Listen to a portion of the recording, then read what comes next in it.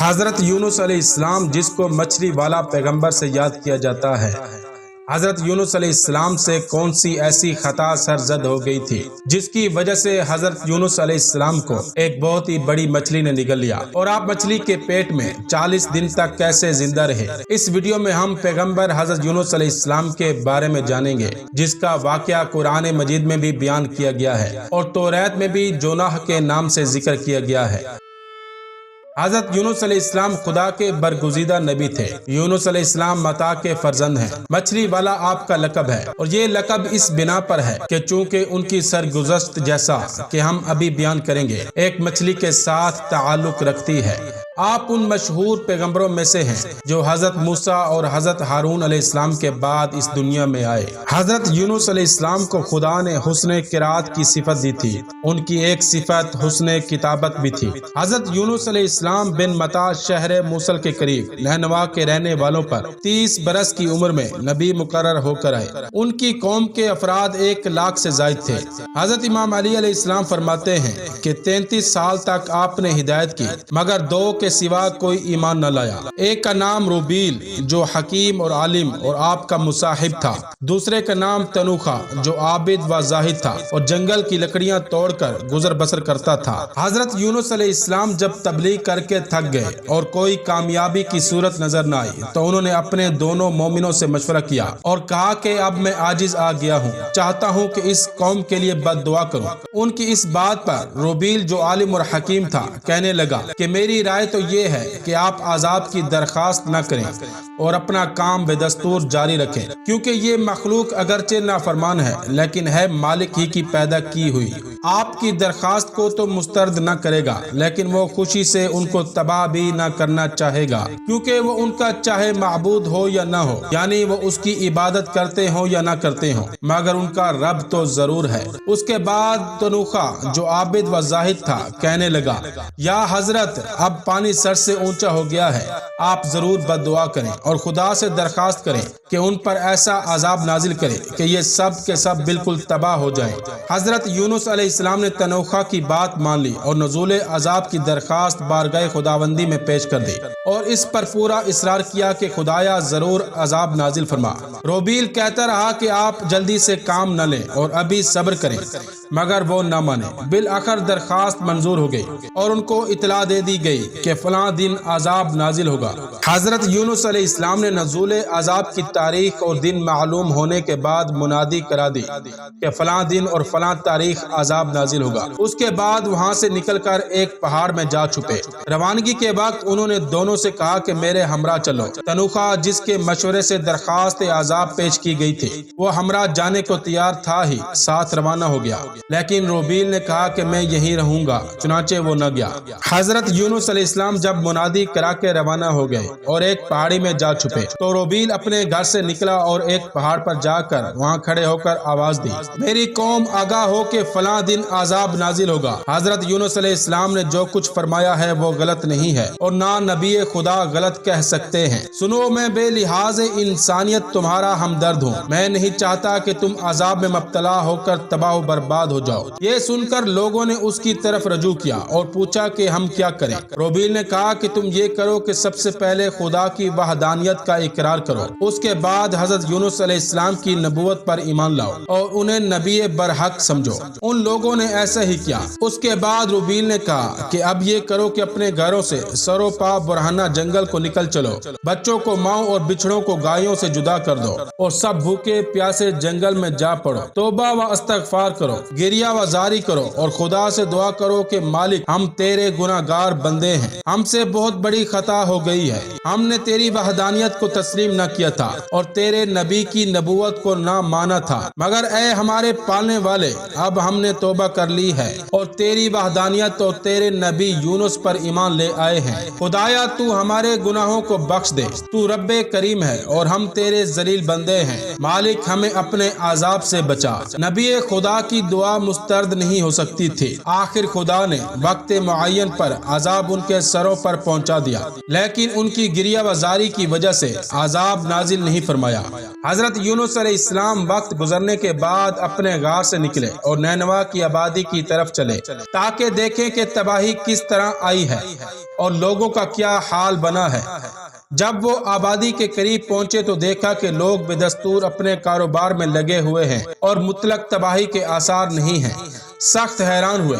انہوں نے ایک کسان سے پوچھا جو ہل جوت رہا تھا کہ یونس کی قوم کا کیا بنا، عذاب نازل ہوا یا نہیں؟ وہ حضرت یونس علیہ السلام کو پہچانتا نہ تھا۔ کہنے لگا حضرت یونس علیہ السلام نے بد دعا کی تھی اور خدا سے نزول عذاب کی خواہش کی تھی، لیکن عذاب کے آ جانے کے بعد ان لوگوں کی گریہ وزاری اور توبہ و فریاد سے خدا نے عذاب کو ٹال دیا۔ اب وہ قوم ساری مسلمان ہو گئی ہے اور اس انتظار میں ہے کہ حضرت یونس علیہ السلام آئیں تو ان پر ایمان لائیں اور ان کو بتائیں کہ ہم سب مومن ہو گئے ہیں۔ حضرت یونس علیہ السلام نے جب یہ سنا کہ عذاب کا نزول رک گیا ہے تو آپ یہ خیال کرتے ہوئے کہ میری قوم مجھے جھوٹا قرار دے گی، تاؤ میں آ کر انتہائی شرمندگی کے ساتھ شہر کی راہ چھوڑ کر دریا کی طرف چل پڑے جس کا نام دجلہ تھا، یہاں تک کہ اس کے قریب پہنچ گئے۔ وہاں پہنچ کر دیکھا کچھ لوگ ایک کشتی میں سوار ہو رہے ہیں۔ یہ ان کے قریب گئے، ان لوگوں نے ان کو بلا اجرت ہی کشتی میں بٹھا لیا۔ کشتی روانہ ہوئی، جب وسط دریا میں پہنچی تو طوفان میں آ گئی۔ خدا نے ایک بہت بڑی مچھلی کو حکم دے دیا کہ وہ یونس کا راستہ روک لے۔ وہ آگے آ گئی اور کشتی کو آگے بڑھنے نہ دیا۔ الغرض جب کشتی خطرے سے دوچار ہو گئی اور سب کو اس کے ڈوب جانے کا خطرہ ہوا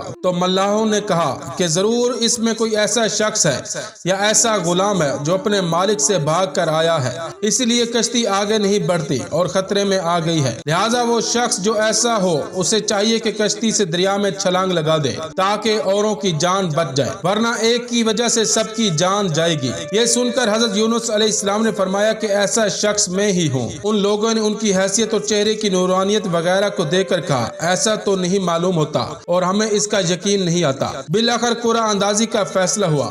ایک بار قرعہ حضرت یونس علیہ السلام کے نام پر نکلا۔ لوگوں نے یقین نہ کیا، یہاں تک کہ 3 مرتبہ قرعہ اندازی ہوئی اور ہر مرتبہ قرعہ حضرت یونس علیہ السلام ہی کے نام نکلا۔ یہ دیکھ کر حضرت یونس علیہ السلام نے اپنے کو دریا میں ڈال دیا، یعنی کشتی سے دریا میں کود پڑے۔ اس وقت وہ مچھلی جو دریا میں منہ کھولے کھڑی تھی اس نے فوراً ان کو نگل لیا۔ ادھر حضرت یونس علیہ السلام بطن ماہی میں گئے، ادھر خداوند عالم نے مچھلی کو وحی کی کہ خبردار یونس کو کوئی نقصان نہ پہنچنے پائے، میں نے انہیں تیرے لیے رزق نہیں بنایا بلکہ تجھے ان کا محافظ قرار دیا ہے، لہٰذا میرے حکم ثانی تک ان کو پوری حفاظت کے ساتھ رکھ۔ چنانچہ وہ 40 دن تک مچھلی کے پیٹ کے اندر رہے۔